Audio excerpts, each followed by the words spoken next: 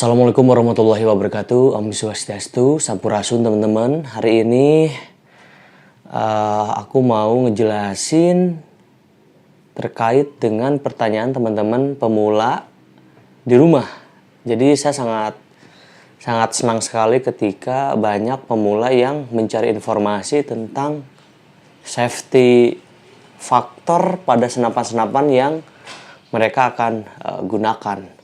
Kemudian pembahasan yang sesungguhnya adalah kita akan membahas sebuah regulator. Apa itu regulator, teman-teman? Secara singkat kita jelaskan bahwa regulator adalah alat atau komponen untuk menakar angin pada sebuah senapan agar mendapatkan stabilitas angin yang maksimal atau optimal ya. Jadi ketika teman-teman memasangkan sebuah regulator agar senapan memiliki stabilitas dan speed yang stabil ya. Kemudian di Indonesia banyak sekali regulator yang beredar, diantaranya ada dari paintball, kemudian ada dari Huma, kemudian ada dari P70, kemudian ada dari Altaros juga, kemudian brand-brand lokalnya ada dari Albaros, dan masih banyak sekali regulator yang dijual di Indonesia dengan standar harga yang cukup kompetitif ya. Kemudian teman-teman, kita akan coba membahas dan kita coba lihat dari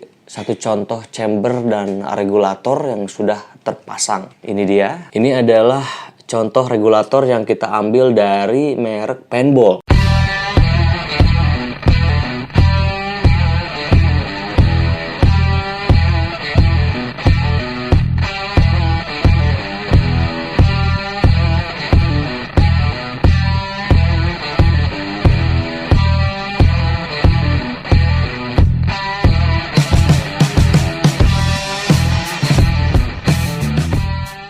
Dari merek paintball, dan kita pasangkan di contoh chamber di Bizad. Ini Bizad yang Big Power. Secara bentuk ini chambernya cukup lumayan besar dan dia memiliki power yang besar juga.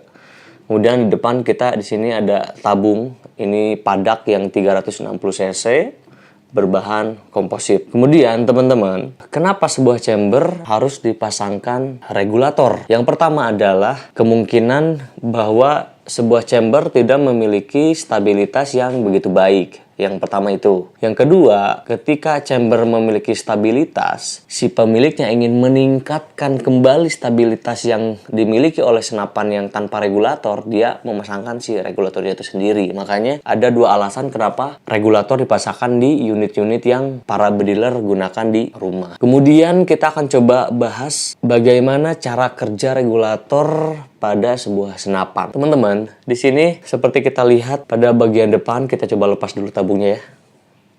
Seperti ini.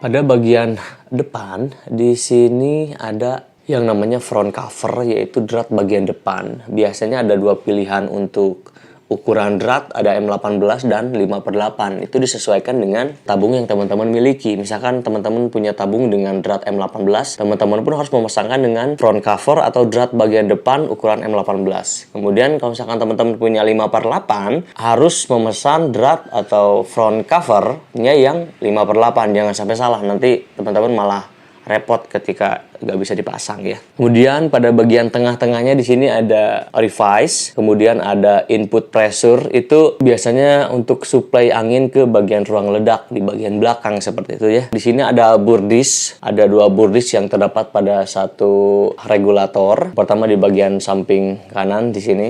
Di sini ada 7,5K dan di sini adalah 3K. Fungsi burdis itu apa sih sebetulnya? Burdis itu adalah pengaman ya. Ketika tekanan melebihi kapasitas yang direkomendasikan atau maksimal atau over capacity, yang pertama kali akan bekerja adalah burdis untuk mengamankan si bagian chamber atau bagian regulator.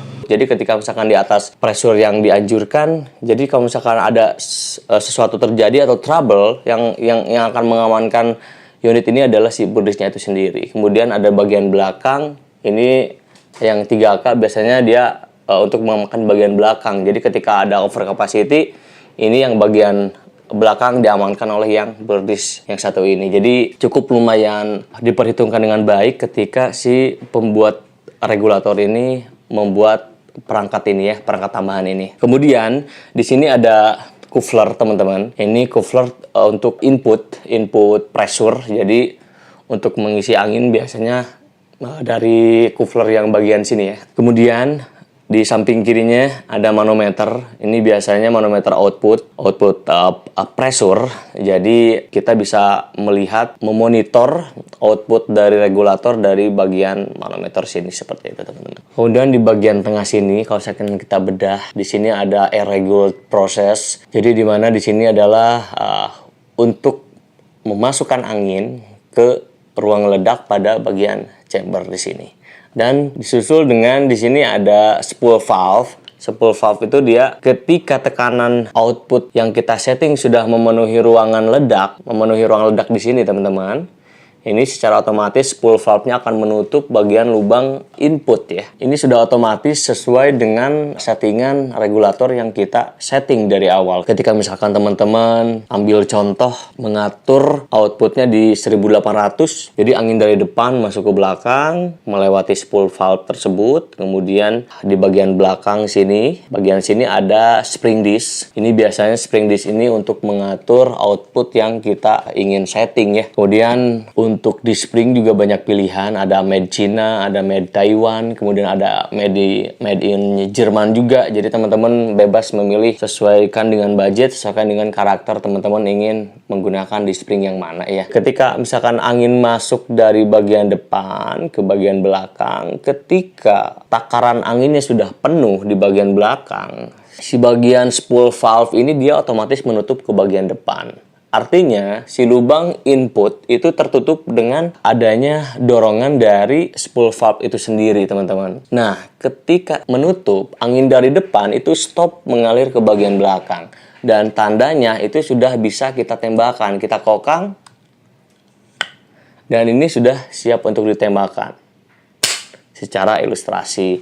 Jadi, ketika ini ditembakkan, teman-teman, spool valve memposisikan kembali ke bagian belakang karena dia tidak ada dorongan atau tekanan dari ruang ledak. Artinya, input pressure ini menyuplai kembali angin ke bagian belakang sehingga memenuhi area ruang ledak di bagian belakang, di bagian chamber. Setelah terisi kembali di 2800 dan dia menutup kembali input pressure yang tadi mengisi bagian ruang ledak. Jadi itu akan terjadi terus-menerus berulang-ulang repetisi hingga batas minimal settingan regulator yang tadi kita setting. Misalkan teman-teman 1800 untuk settingan output regulatornya. Kita isi angin 2700 maksimalnya. Ketika di bawah 1800 PSI tekanan pada tabung, regulator sudah tidak bisa berfungsi seperti di atas 1800 PSI karena kita mengatur output atau menakar angin hanya di 1800 PSI seperti itu ya. Jadi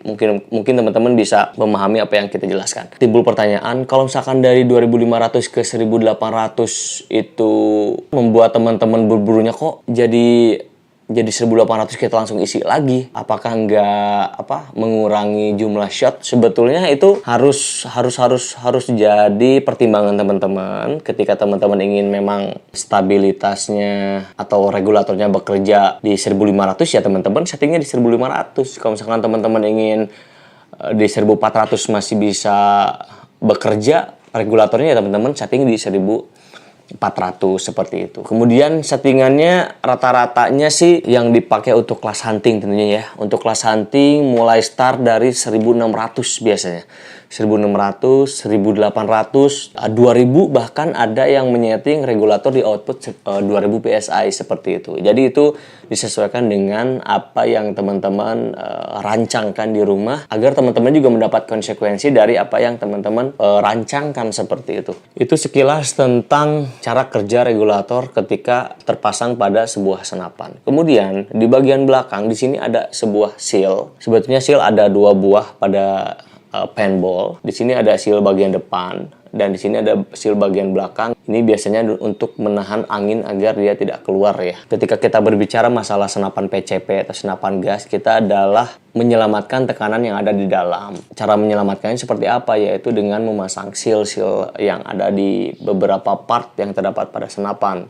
Contohnya ada di regulator, bagian depan, kemudian ada di bagian belakang seal-sealnya agar kita memastikan bahwa senapannya tidak terjadi kebocoran seperti itu. Kalau misalkan berbicara masalah kebocoran pada senapan PCP itu sudah menjadi hal yang biasa ya. Jadi kalau misalkan teman-teman ingin memutuskan bermain senapan PCP, harus siap dengan kebocoran-kebocoran yang terjadi pada senapan. Jadi itu udah hal yang biasa, yang lumrah pada senapan PCP. Analoginya seperti kita punya kendaraan motor atau mobil, gak mungkin kita tidak memiliki ban yang diisi dengan pressure atau tekanan. Nah, sekali-kali di jalan juga kita mengalami kebocoran. Kebocorannya macam-macam. Kebocorannya ada yang rembesnya kecil, ada yang langsung besar. Nah, pada senapan pun juga sama seperti itu. Jadi kalau misalkan ada kebocoran kecil, oh berarti bocornya rembesnya halus.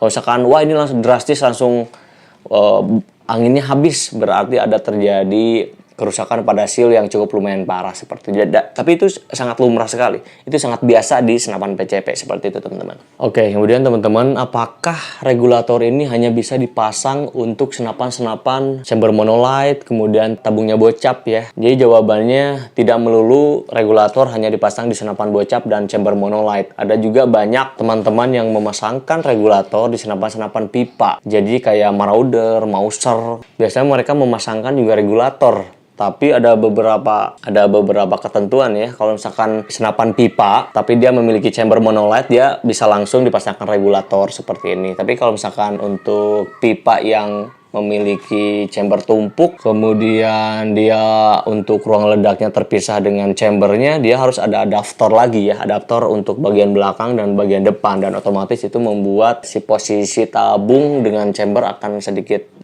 memanjang ke bagian depan, jadi sedikit jauh. Jadi jangan putus asa teman-teman yang memiliki senapan pipa yang chambernya tumpuk, yang tidak monolight atau satu kesatuan, itu masih bisa dipasang regulator untuk menambahkan stabilitas pada senapan teman-teman seperti itu. Oke teman-teman, mungkin penjelasan tentang regulator selesai dari Wild Hunter. Mudah-mudahan penjelasan singkat ini bisa sedikitnya memberikan pemahaman untuk teman-teman agar teman-teman bisa lebih melek lagi tentang stabilitas angin. Dan tujuan dipasang regulator yang salah satunya untuk speed atau feet per secondnya stabil. Selain itu pun dipasang regulator agar mendapatkan akurasi yang bagus ya. Tapi tidak melulu dipasang regulator senapan semua jadi bagus. Jadi banyak faktor lagi ketika regulatornya sudah stabil tapi akurasinya masih kurang bagus, kita beralih konteks menjadi pembahasan laras ya, yang